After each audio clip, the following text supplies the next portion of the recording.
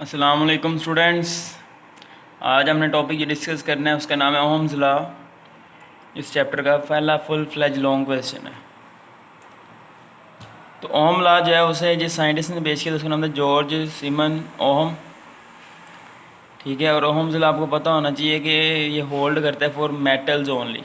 ये एमसीक्यूज भी आ सकते हैं। ओहम्स लॉ सिर्फ मेटल्स के लिए होल्ड करता है, इलेक्ट्रोलाइट गैसेस के लिए होल्ड नहीं करता। अब ओम लॉ जो है इसकी स्टेटमेंट ये है कि स्टेटमेंट बताने से पहले मैं आपको ये बताऊं कि ओहम्स लॉ जो है इसका मकसद ये था कि करंट और पोटेंशियल डिफरेंस के दरमियान रिलेशन को जस्टिफाई करना, कि हम जब कंडक्टर में से करंट गुजारते हैं तो हमें उसके क्रॉस पोटेंशियल डिफरेंस प्रोवाइड करना पड़ता है। इन दोनों का आपस में रिलेशन जो है इसको स्पेसिफाई किया था ओहम ने ये कहा था कि current flowing through a conductor is directly proportional to potential difference across its ends, कि करंट जो गुजर रहा है किसी कंडक्टर में से वो पोटेंशियल डिफरेंस के डायरेक्टली प्रोपोर्शनल होता है, प्रोवाइडेड दैट, शर्त ये है कि उसकी फिजिकल स्टेट कांस्टेंट रहे। फिजिकल स्टेट यानी टेम्परेचर कांस्टेंट रहना चाहिए उसका। ठीक है, यानी उसका टेम्परेचर कांस्टेंट रहे, उसका एरिया सेम रहना चाहिए, वायर का लेंथ सेम रहनी चाहिए। ये नहीं कि आप पोटेंशियल डिफरेंस बढ़ाओ और वायर की लेंथ भी बढ़ा दो और को सारा टेम्परेचर, हमने पोटेंशियल डिफरेंस बढ़ाया, करंट तो उतना भरा नहीं जितना भरना चाहिए। तो आपने फिजिकल स्टेट और डायमेंशन वगैरह को कांस्टेंट रखना होता है। ठीक है, तो इसकी पहले स्टेटमेंट आपको पता होनी चाहिए और एज इट इज़ ये आपने लिखनी है। अब सिम्बॉलिकली हम इसे यूँ लिखते हैं V directly proportional to I. Mostly book में ये लिखा होता है, तो यहाँ पे कांस्टेंट हम क्या लिखेंगे आर। लेकिन कुछ बुक्स में I directly proportional to V भी लिखा होता है, तो इसके लिए हम कांस्टेंट 1/r लिखते हैं। तो आर इधर आके मल्टीप्लाई, तो formula V is equal to I R ही बनेगा। जो स्टेटमेंट है उसके लिहाज से हमें यही लिखना बनता है कि हमने ये लिखा है ना, current directly proportional to potential difference, हमें I directly proportional to V लिखना चाहिए। ठीक है, लेकिन कुछ बुक्स में ऐसे आप जैसे चाहे लिख सकते हैं। ठीक है, यानी कि अगर आपको ये एमसीक्यूज आए V I directly proportional to I दे के पूछे कांस्टेंट के, तो आपने आर पे टिक करना। अगर ये लिखा हो ना I directly proportional to V, तो फिर 1/r पे टिक करना है। कुछ भी ना दिया हो, इन जनरल पूछा हो, तो आर पे ही टिक करते हैं हम। ठीक है, आर वाला ऑप्शन के साथ अगर 1/r भी गिवन है तो आपने फिर इसी को प्रेफर करना है 1/r को, क्योंकि स्टेटमेंट के मुताबिक तो यही है। अब यहाँ पे आर प्रोपोर्शनैलिटी कांस्टेंट है। ठीक है, वो बुक में इसी के मुताबिक वो चल रहा है। यहाँ पे 1/r एक्चुअली कांस्टेंट है प्रोपोर्शनैलिटी। आप इसी को फॉलो करके चाहे आगे चलना। ठीक है, लेकिन आप देखें अगर आर कांस्टेंट है तो 1/r भी कांस्टेंट होगा। तो बुक में आर प्रोपोर्शनैलिटी कांस्टेंट कह के ही चल रहे हैं, क्योंकि वो बुक में ये वाले लिखा हुआ है। इवन के बुक में कि ये भी लिखा हुआ ना I directly proportional to V, तो वो आर की प्रोपोर्शनैलिटी कांस्टेंट कहते हैं, क्योंकि अगर आर कांस्टेंट है तो 1/r भी कांस्टेंट ही होगा। और कुछ बुक में अगर ये लिखा है ना तो वो डायरेक्ट यहाँ से यहाँ पे है, लेकिन ये कैसे हुआ है, यहाँ से यहाँ पे आने का सफ़र इस तरह कंप्लीट हुआ है। अब जो आर प्रोपोर्शनैलिटी कांस्टेंट है, ठीक है, इसे हम कहते हैं रेजिस्टेंस, इलेक्ट्रिकल रेजिस्टेंस। अब ये आर जो है यानी रेजिस्टेंस वो डिपेंड करती है नेचर ऑफ मटेरियल पे।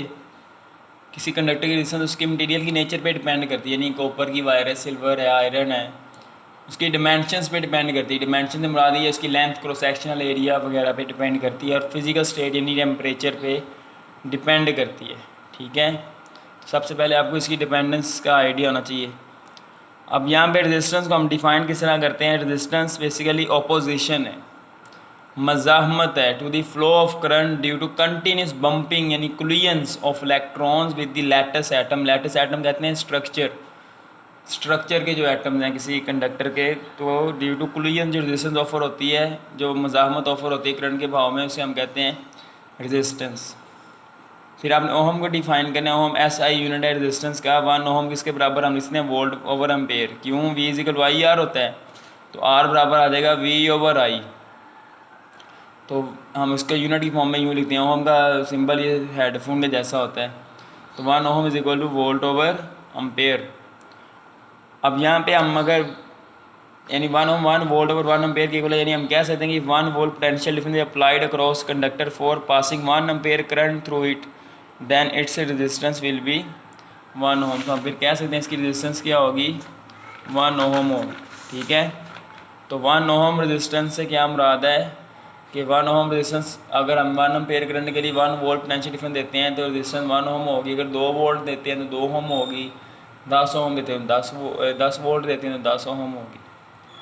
अब ओमिक मटेरियल्स क्या होते हैं? ओमिक मटेरियल वो हैं जो हम लॉ को ओबे करते हैं। उनमें ग्राफिकली वोल्टेज और करंट के दरमियान ग्राफ स्ट्रेट लाइन होता है, इंक्लाइन टुवर्ड्स एक्स एक्सिस। ठीक है, ये एमसीक्यू भी आता है कि ओमिक मटेरियल का ग्राफ क्या होता है? Straight line, parabolic, hyperbolic, curve. तो straight line, the resistance does not change over wide range of current, उनकी रेजिस्टेंस कांस्टेंट रहती है। ठीक है, कांस्टेंट रहेगी तो ओमिक होंगे वो। टेम्परेचर भी उनका चेंज नहीं होता। और उनकी एग्जांपल क्या है? मेटल्स जो होती हैं वो ओमिक होती हैं।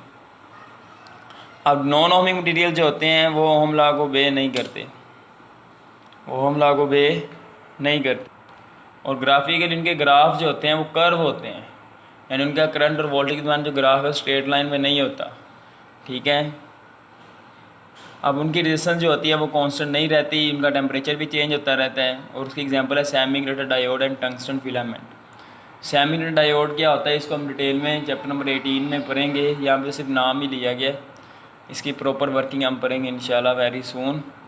ठीक है, ये ग्राफ बनाते हुए ना ओमिक नॉन ओमिक मटेरियल में चाहे आप लिख देना कि the V I curve, voltage current के दरमियान ग्राफ को हम कहते हैं वी आई कर्व जो है इस, या V I graph is curve, उधर आप लिख देना V I graph is straight line.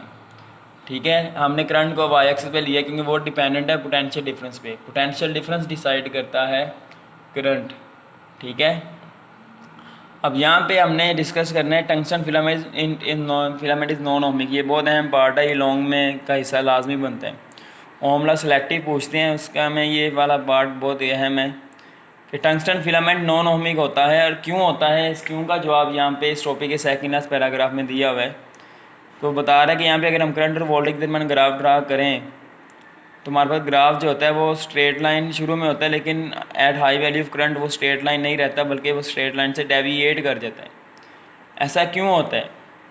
ऐसा इसलिए होता है कि at low value of current जब हमारे पास ग्राफ स्ट्रेट लाइन रह रहा है ना, तो इस रीजन के अंदर टेम्परेचर में जो चेंज होती है ना वो नॉन एप्रिशिएबल होती है। तो लिहाजा रेजिस्टेंस भी क्या होती है, उसमें चेंज भी नॉन एप्रिशिएबल होती है, नहीं ऑलमोस्ट कॉन्स्टेंट होती है। लेकिन eight high value of current temperature में सिग्निफिकेंट चेंज प्रोड्यूस होने की वजह से रेजिस्टेंस में भी चेंज क्या हो जाती है? एप्रिशिएबल। रेजिस्टेंस और टेम्परेचर डायरेक्टली प्रोपोर्शनल होते हैं, ये अगला टॉपिक भी है हमारा। ठीक है, तो at high value of current due to appreciable change in temperature resistance change significantly, तो लिहाजा it behaves like non ohmic material.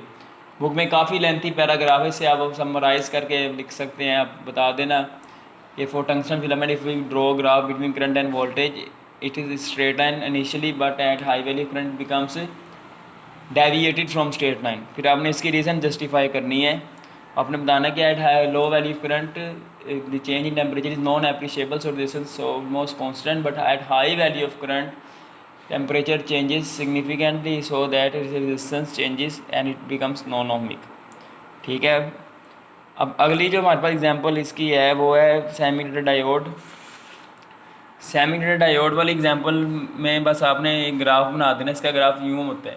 इस ग्राफ की हम प्रॉपर डिटेल हम पढ़ेंगे इंशाल्लाह वेरी सून। बस आपने बता देना कि सेमी कंडक्टर डायोड ये सेमी कंडक्टर डायोड एक डिवाइस इलेक्ट्रिकल, जिस तरह रेजिस्टेंस होती है, कैपेसिटर होती है, इसी तरह ये भी होती है। इसकी हम कंस्ट्रक्शन वर्किंग डिटेल में पढ़ेंगे। बस आपने बता देना semi conductor diode is non ohmic because its current voltage graph is not straight, वो कर्व होता है। ठीक है, बस ये आखिरी सबसे आखिरी पैराग्राफ जो 2 लाइनें लिखी हैं 2-3 उसमें आपने ये लिखना है। क्लियर है, मैंने टॉपिक तकरीबन कंप्लीट लिखा है, बस ये लास्ट 2 हेडिंग्स को आप बुक से कर लेना। और बोर्ड में ये सिलेक्टिव पूछने, जितना पूछे आप उतने ही बताना है। बाकी एक बात मैं नॉलेज के लिए आपको बता दूं कि अगर आपसे पूछेंगे करंट और वोल्टेज के दरमियान जो ग्राफ होता है, ये टॉपिक में आप चाहे ना लिखना, करंट और वोल्टेज के दरमियान जो ग्राफ होता है, इस ग्राफ की जो स्लोप होती है ना वो आई ओवर वी के बराबर होगी ना, यानी हम स्लोप कहते हैं value along Y axis divide by value along X axis. तो लिहाजा वो किसके बराबर आएगी? 1 over R. V over I R के बराबर होता है ना, तो आई ओवर वी किसके बराबर आएगा? 1 ओवर आर। यानी अगर आपसे पूछें कि करंट और वोल्टेज के दरमियान जो ग्राफ इसकी स्लोप किसके बराबर होती है? 1 ओवर आर के बराबर होती है। लेकिन अगर हम ज़बरदस्ती वोल्टेज को रख लेते हैं ना लॉन्ग वाई एक्सिस, असूली तौर पे तो हमें ये करना चाहिए, लेकिन अगर आपको कहा ही इस तरह हो तो फिर जो ग्राफ की स्लोप होती है वो हमारे पास बराबर होगी V/I, जिसे हम सिंपल क्या कह देंगे आर के। इसका आइडिया आपको होना चाहिए, ठीक है। अगर आपसे कहें करंट लॉन्ग वाई एक्सिस है तो फिर 1/R, अगर V voltage long Y axis है तो रेजिस्टेंस, ठीक है। एंटी टेस्ट में बात ये पूछते हैं, ग्राफ बना होता है और एरिया जो होता है ना अंडर दिस ग्राफ, चाहे ये वाला हो चाहे ये वाला हो, वो पावर के इक्वल होता है, क्योंकि एरिया किसके बराबर आएगा यहाँ पे, उसमें VI मल्टीप्लाई होंगे और V/Y क्या होता है, पावर होती है, ठीक है। क्लियर। तो ये वैसे पता होना चाहिए आपको। आज का टॉपिक यहाँ पे कंप्लीट होता है। अपना बहुत सा ख्याल रखिएगा। फ़ी अमान अल्लाह, अल्लाह हाफिज़।